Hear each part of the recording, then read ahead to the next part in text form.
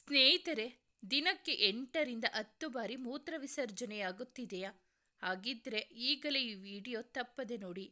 ಇಲ್ಲದಿದ್ದರೆ ನಿಮ್ಮ ಮೂತ್ರಪಿಂಡಗಳು ಕ್ರಮೇಣ ವಿಫಲಗೊಳ್ಳುತ್ತವೆ. ಸ್ನೇಹಿತರೆ, ಒಂದು ರಹಸ್ಯ ಹೇಳುತ್ತೇವೆ. ನಿಮ್ಮ ಆಹಾರದಲ್ಲಿರುವ ಒಂದು ಸಾಮಾನ್ಯ ವಸ್ತುವೆ ನಿಮ್ಮ ಮೂತ್ರಪಿಂಡಗಳನ್ನು ನಾಶ ಮಾಡುತ್ತದೆ. ಯಾವುದು ಅಂತ ಗೊತ್ತಾ? ಈ ವಿಡಿಯೋ ಕೊನೆಯವರೆಗೂ ನೋಡಿ, ತಿಳಿದುಕೊಳ್ಳಿ. ಇದು ನಿಮ್ಮ ಜೀವನವನ್ನು ಬದಲಾಯಿಸಬಹುದು. ನೀವು ರಾತ್ರಿ 2ರಿಂದ 3 ಬಾರಿ ಎದ್ದು ಮೂತ್ರ ಮಾಡುತ್ತಿದ್ದರೆ ಇದು ಸಣ್ಣ ಸಮಸ್ಯೆಯಲ್ಲ. ಇದು ನಿಮ್ಮ ಮೂತ್ರಪಿಂಡಗಳು ಕೂಗುತ್ತಿರುವ ಎಚ್ಚರಿಕೆ. 5 ವಿಷಯಗಳನ್ನು ತಕ್ಷಣ ನಿಲ್ಲಿಸಿ. ಇಲ್ಲದಿದ್ದರೆ ಡಯಾಲಿಸಿಸ್ ಬರಲಿದೆ. ಭಯಭೀತರಾಗಬೇಡಿ. ಈ ವಿಡಿಯೋದಲ್ಲಿ ಸರಳ ಉಪಾಯ ಇದೆ, ತಿಳಿದುಕೊಳ್ಳಿ. ಸ್ನೇಹಿತರೆ, ದಯವಿಟ್ಟು ವಿಡಿಯೋವನ್ನು ಪೂರ್ತಿ ನೋಡಿ. ಹಾಗೆ ನಮ್ಮ ಚಾನಲನ್ನು ಸಬ್ಸ್ಕ್ರೈಬ್ ಮಾಡಿಕೊಳ್ಳಿ. ಒಂದು ಲೈಕ್ ಮಾಡುವುದನ್ನು ಮರೆಯದಿರಿ. ನೀವು ಆಗಾಗ್ಗೆ ಮೂತ್ರ ವಿಸರ್ಜನೆ ಮಾಡುತ್ತಿದ್ದರೆ ಈ 5 ವಿಷಯಗಳನ್ನು ತಕ್ಷಣ ನಿಲ್ಲಿಸಿ. ಇಲ್ಲದಿದ್ದರೆ ನಿಮ್ಮ ಮೂತ್ರಪಿಂಡಗಳು ಕ್ರಮೇಣ ದುರ್ಬಲಗೊಂಡು ವಿಫಲವಾಗುತ್ತದೆ. ರಾತ್ರಿ ಸಮಯ ಮನೆಯಲ್ಲಿ ಎಲ್ಲರೂ ಆಳ ನಿದ್ರೆಯಲ್ಲಿದ್ದರೆ, ಆದರೆ ನೀವು ಇದ್ದಕ್ಕಿದ್ದಂತೆ ಎಚ್ಚರಗೊಂಡು ಕಣ್ಣು ತೆರೆಯುತ್ತಾ ಸ್ನಾನಗೃಹದ ಕಡೆಗೆ ಹಳೆಯ ರೂಟೀನ್ ಪ್ರಕಾರ ಹೋಗುತ್ತೀರಿ. ಯಾರು ರಾತ್ರಿಯಲ್ಲಿ ದೇವಸ್ಥಾನಕ್ಕೆ ದರ್ಶನಕ್ಕೆ ಹೋಗುತ್ತಿರುವಂತೆ ಬಾತ್ರೂಮ್ ಟೈಲ್ಸ್ಗಳು ನಿಮ್ಮನ್ನು ನೋಡಿ ಮನಸ್ಸಿನಲ್ಲಿ ಹೇಳುತ್ತವೆ, ಹೇ ಸಹೋದರ, ಮತ್ತೆ ಬಂದಿದ್ದೀರಾ? ಇಂದು ಈಗಾಗಲೇ 3ನೇ ಬಾರಿ, ವಾರಕ್ಕೆ 1 ಬಾರಿ ಆದರೆ ಸರಿ. ಆದರೆ ಇದೇನು? ಆದರೆ ನೀವು ದಿನಕ್ಕೆ 8ರಿಂದ 10 ಬಾರಿ ಮತ್ತು ರಾತ್ರಿಯಲ್ಲಿ 2ರಿಂದ 4 ಬಾರಿ ಮೂತ್ರ ವಿಸರ್ಜನೆ ಮಾಡುತ್ತಿದ್ದರೆ ಅದು ತಮಾಷೆಯಲ್ಲ. ಇದು ನಿಮ್ಮ ದೇಹದ ಗಂಭೀರ ಎಚ್ಚರಿಕೆ. ನಿಮ್ಮ ದೇಹವು ನಿಮಗೆ ಏನೋ ತೊಂದರೆ ಇದೆ ಎಂದು ಹೇಳುತ್ತಿದೆ. ಇನ್ನೂ ಅರ್ಥವಾಗಲಿಲ್ಲವೇ? ನಿಮ್ಮ ಮೂತ್ರಪಿಂಡಗಳು ಮೌನವಾಗಿ ಬಳಲುತ್ತಿವೆ ಮತ್ತು ನಿಧಾನವಾಗಿ ಕ್ಷೀಣಿಸಲು ಶುರು ಮಾಡಿವೆ. ಅವು ಮುಗಿದು ಹೋಗುವವರೆಗೂ ನೀವು ಗಮನಿಸುವುದಿಲ್ಲ. ಓ ಮನುಷ್ಯ, ನಾನು ಸೋತಿದ್ದೇನೆ, ಈಗ ಡಯಾಲಿಸಿಸ್ ಮಾಡಬೇಕು ಎಂದು ಹೇಳುವವರಿಗೆ. ಆದ್ದರಿಂದ ಇಂದು ನಾವು 5 ಮುಖ್ಯ ವಿಷಯಗಳ ಬಗ್ಗೆ ಮಾತನಾಡುತ್ತಿದ್ದೇವೆ.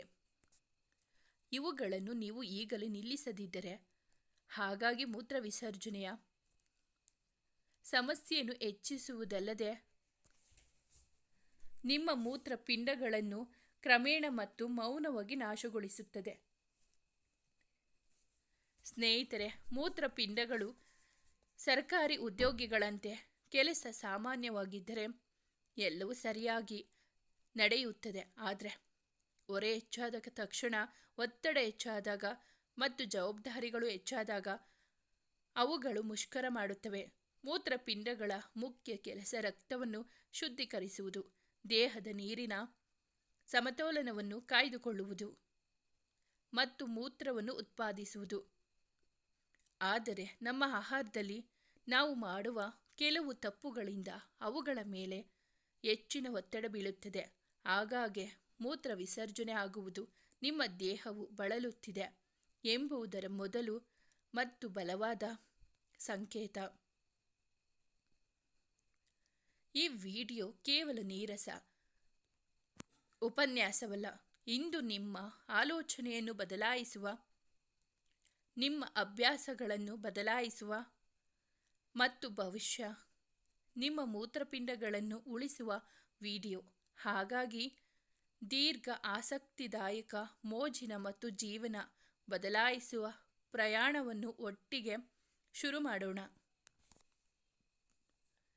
ಸಿಹಿ ತಿಂಡಿಗಳು ಮತ್ತು ಸಕ್ಕರೆ. ಮೂತ್ರಪಿಂಡಗಳ ಸಿಹಿ ಶತ್ರು ಅಪಾಯಕಾರಿ ವಿಷಯ. ಸಕ್ಕರೆ ಸಿಹಿಯಾಗಿ ಕಾಣುತ್ತದೆ, ಆದರೆ ನಿಮ್ಮ ಜೀವನವನ್ನು ಹಾಳು ಮಾಡುತ್ತದೆ. ಬಿಸ್ಕೆಟ್ಗಳು, ಕೇಕ್, ಚಾಕ್ಲೇಟ್, ಸಿಹಿ ತಿಂಡಿಗಳು, ಚಹಾದಲ್ಲಿ ಸಕ್ಕರೆ, ತಂಪು ಪಾನೀಯಗಳು ಎಲ್ಲವೂ ನಿಮ್ಮ ಮೂತ್ರಪಿಂಡಗಳನ್ನು ಬೆನ್ನಟ್ಟುತ್ತಿವೆ.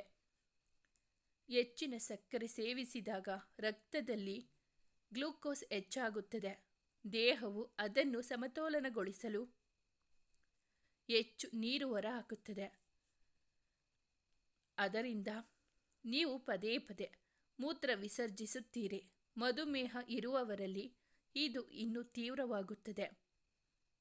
ಅವರ ಮೂತ್ರಪಿಂಡಗಳು ದಿನಕ್ಕೆ 12ರಿಂದ 14 ಬಾರಿ ಕೆಲಸ ಮಾಡಬೇಕಾಗುತ್ತದೆ. ಕ್ರಮೇಣ ಹಾನಿಯಾಗುತ್ತದೆ. ನೀವು ಪದೇ ಪದೇ ಮೂತ್ರ ವಿಸರ್ಜನೆಯಿಂದ ಬಳಲುತ್ತಿದ್ದರೆ ಮತ್ತು ಸಿಹಿ ತಿಂಡಿಗಳ ಪ್ರಿಯರಾಗಿದ್ದರೆ ನೀವು ನಿಮ್ಮ ಮೂತ್ರಪಿಂಡಗಳ ವಿರುದ್ಧ ಸದ್ದಿಲ್ಲದ ಯುದ್ಧ ನಡೆಸುತ್ತಿರುತ್ತೀರಾ.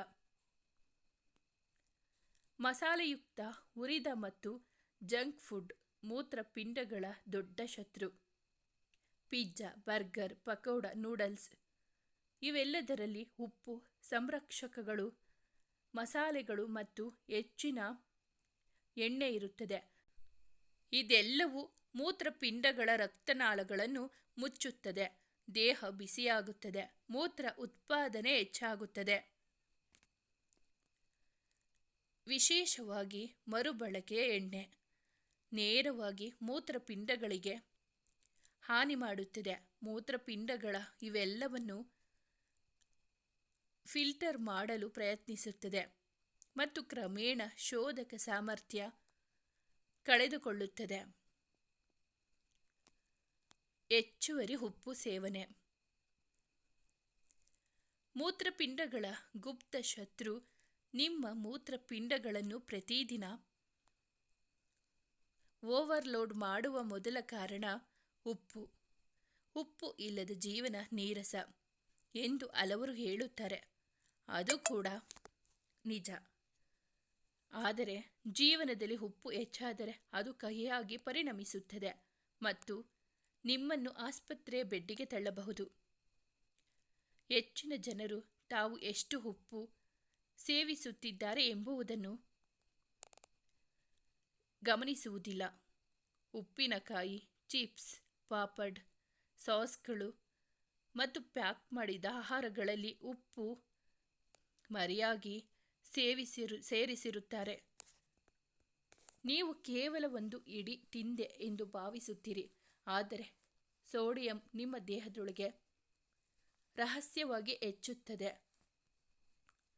ಹೆಚ್ಚಿನ ಸೋಡಿಯಂ ದೇಹವನ್ನು ನೀರು ಉಳಿಸಿಕೊಳ್ಳಲು ಹೇಳುತ್ತದೆ. ಆ ನೀರು ಮೂತ್ರಪಿಂಡಗಳಲ್ಲಿ ಸಂಗ್ರಹವಾಗುತ್ತದೆ. ಆಗ ಮೂತ್ರಪಿಂಡಗಳು ಅದನ್ನು ಹೊರಹಾಕಲು ದಿನಕ್ಕೆ 100 ಬಾರಿ ಪ್ರಯತ್ನಿಸುತ್ತವೆ.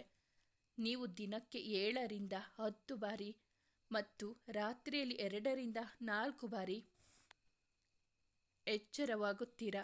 ಇದು ಸಾಮಾನ್ಯವಾಗಿ ಈ ಒತ್ತಡದಿಂದ ಮೂತ್ರಪಿಂಡಗಳು ಕ್ರಮೇಣ ದುರ್ಬಲಗೊಳ್ಳುತ್ತವೆ. ಮೊದಲ ಹೆಚ್ಚು ಮೂತ್ರ, ನಂತರ ಊಟ ಅಧಿಕ, ರಕ್ತದೊತ್ತಡ ಮತ್ತು ಕೊನೆಗೆ ಮೂತ್ರಪಿಂಡ ವೈಫಲ್ಯ. ಇದೆಲ್ಲದಕ್ಕೂ ಮೂಲ ಕಾರಣ ಕೇವಲ ಒಂದು ಸಣ್ಣ ತಪ್ಪು: ಹೆಚ್ಚಿನ ಉಪ್ಪು ಸೇವನೆ. ನಾವು ಬಾಯಿ ರುಚಿಗೆ ಅಂತ ಉಪ್ಪನ್ನು ಜಾಸ್ತಿ ಹಾಕೊಂಡು ತಿಂತೀವಿ. ಅದನ್ನು ಸ್ವಲ್ಪ ಕಡಿಮೆ ಮಾಡಬೇಕು. ಸ್ನೇಹಿತರೆ, ಹಾಗಾಗಿ ಮೂತ್ರ ವಿಸರ್ಜನೆ ಸಣ್ಣ ಸಮಸ್ಯೆ ಅಲ್ಲ. ಇದು ಮೂತ್ರಪಿಂಡದ ಆಯಾಸದ ಮೊದಲ ಲಕ್ಷಣ.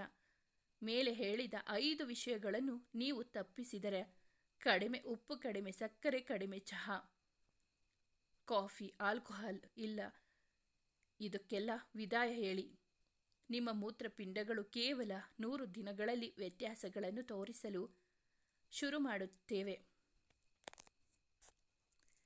ನೆನಪಿರಲಿ, ಒಮ್ಮೆ ಮೂತ್ರಪಿಂಡಗಳು ಹಾನಿಗೊಳಗಾದರೆ ಹಿಂತಿರುಗುವುದಿಲ್ಲ. ಜೀವನ ಯಾರು ಬಯಸುವುದಿಲ್ಲ. ಆದ್ದರಿಂದ ಇಂದಿನಿಂದಲೇ ಪ್ರಾರಂಭಿಸಿ. ನಿಮ್ಮ ಮೂತ್ರಪಿಂಡಗಳಿಗೆ ಯೋಗ್ಯವಾದ ಆಹಾರ ನೀಡಿ ಮತ್ತು ಗೌರವ ನೀಡಿ, ಏಕೆಂದರೆ ಹೃದಯ, ಮೆದುಳು, ಶ್ವಾಸಕೋಶಗಳು ನಂತರ ಬರುತ್ತವೆ. ಆದರೆ ನಿಮ್ಮ ಮೂತ್ರಪಿಂಡಗಳು ನಿಮ್ಮ ಇಡೀ ಜೀವನವನ್ನು ಸದ್ದಿಲ್ಲದ ಹಾಗೆ ನಿರ್ವಹಿಸುತ್ತವೆ. ನಿಮ್ಮ ಮೂತ್ರಪಿಂಡಗಳನ್ನು ಪ್ರೀತಿಸಿ, ನಿಮ್ಮನ್ನು ನೋಡಿಕೊಳ್ಳಿ, ಆರೋಗ್ಯವಾಗಿರಿ. ಸ್ನೇಹಿತರೆ, ಮೇಲಿನ ಮಾಹಿತಿ ನಿಮಗೆ ಇಷ್ಟವಾಗಿದ್ದರೆ ದಯವಿಟ್ಟು ಒಂದು ಲೈಕ್ ಮಾಡಿ. ನಿಮ್ಮ ಫ್ರೆಂಡ್ಸ್ ಆ್ಯಂಡ್ ಫ್ಯಾಮಿಲಿಗೆ ಈ ಮಾಹಿತಿಯನ್ನು ಶೇರ್ ಮಾಡಿ. ಹಾಗೆ ನಮ್ಮ ಚಾನಲನ್ನು ಸಬ್ಸ್ಕ್ರೈಬ್ ಆಗಿ. ಮುಂದಿನ ವಿಡಿಯೋದಲ್ಲಿ ಭೇಟಿಯಾಗೋಣ. ಅಲ್ಲಿಯವರೆಗೂ ಧನ್ಯವಾದಗಳು.